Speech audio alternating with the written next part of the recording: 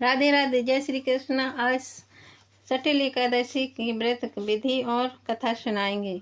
सठिल एकादशी, यह व्रत माघ कृष्ण पक्ष एकादशी को किया जाता है। इसके अधिष्ठाता देव भगवान विष्णु हैं। पंचामृत में जल मिलाकर भगवान को स्नान कराएं। इस प्रकार जो मनुष्य जितने तिलों का दान करता है वह उतने ही सहस्त्र वर्ष स्वर्ग में वास करता है।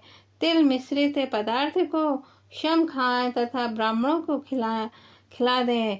दिन में हरि कीर्तन कर रात्रि में भगवान की मूर्ति के सामने सोना चाहिए। 6 प्रकार के तिल प्रयोग का होने के कारण इसे सटिला एकादशी के नाम से पुकारते हैं। इस प्रकार नियम पूर्वक पूजा करने पर वैकुंठ लोक की प्राप्ति होती है। सटिल एकादशी की कथा। प्राचीन काल में वाराणसी में एक गरीब अहीर रहता था। दीनता से काहिल वह बेचारा कभी कभी भूखा भी बच्चों सहित आकाश में तारे गिनता रहता। उसकी जिंदगी बसर करने का सहारा केवल जंगल की लकड़ी थी। वह भी जब न बिके तो फाके मार कर रह जाता। एक दिन वह अहीर किसी साहूकार के घर लकड़ी पहुंचाने गया।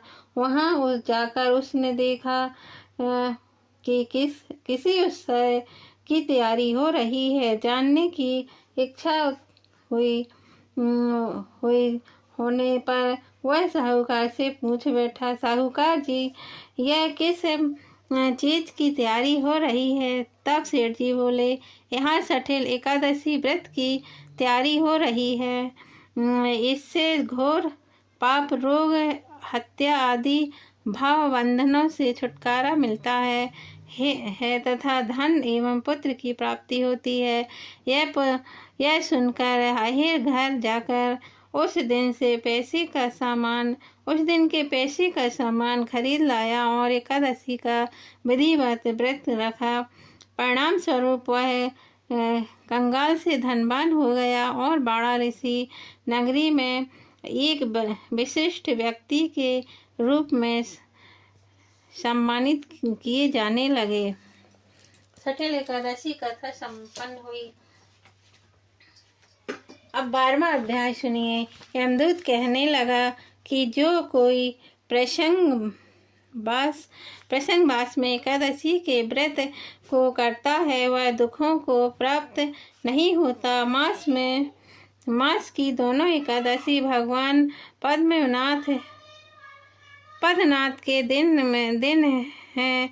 जब तक मनुष्य इन दिनों में व्रत नहीं करता उसके संसार में पाप बने रहते हैं।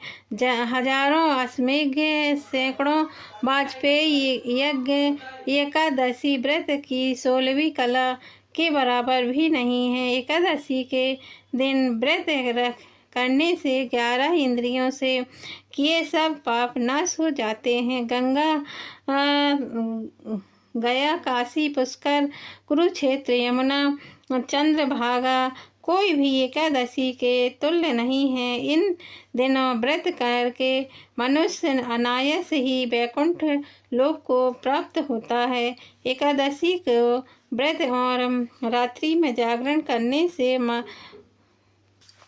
माता पिता और स्त्री के कुल की 10-10 पीढ़ियां उद्धार पाती हैं और वह पीताम्बरधारी होकर भगवान के निकट रहते हैं। बालक, युवा और वृद्ध सब तथा पापी भी व्रत करने से नरक में नहीं जाते।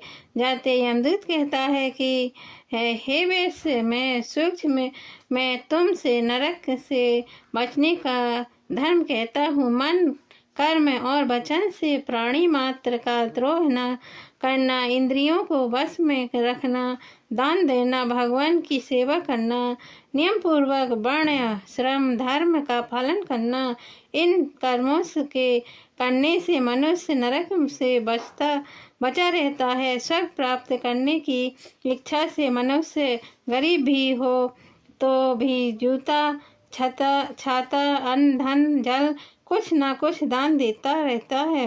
दान देने वाला मनुष्य कभी यम की यातना को नहीं भोगता तथा दीर्घायु और धनी होता है। बहुत कहने से ही क्या, अधर्म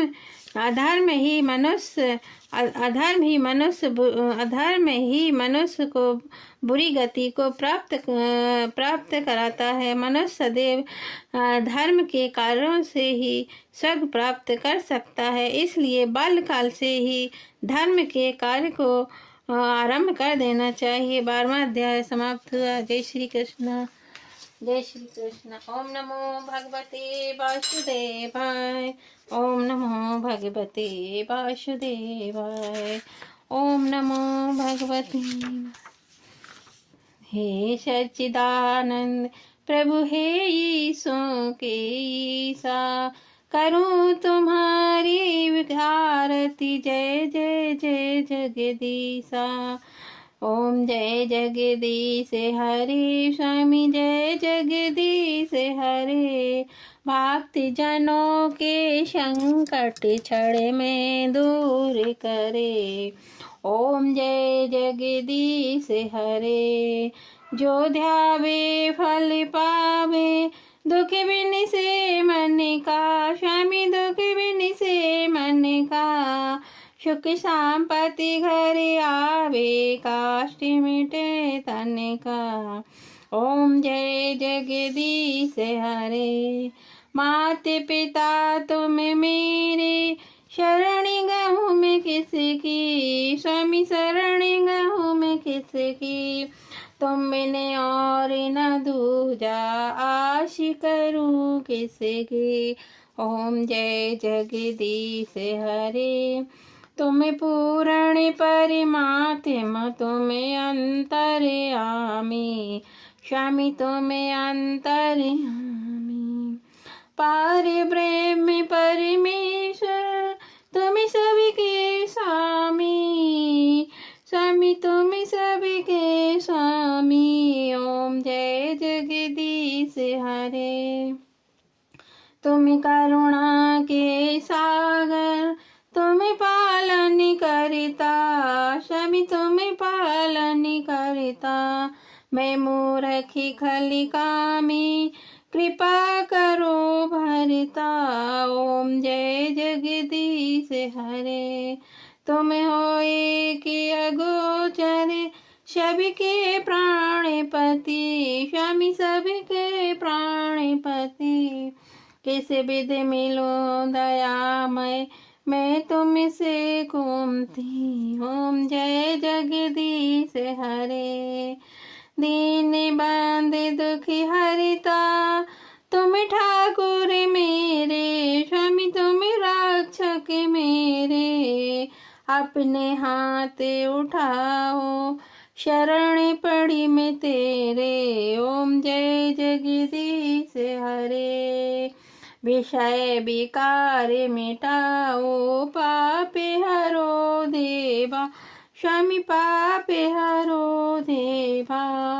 श्रद्धा भक्ति बढ़ाओ, संतन की सेवा। ओम जय जगदीश हरे। जगदीश स्वामी की आरती जो कोई नर गाता, और आनंद अति उमंग सुख संपत्ति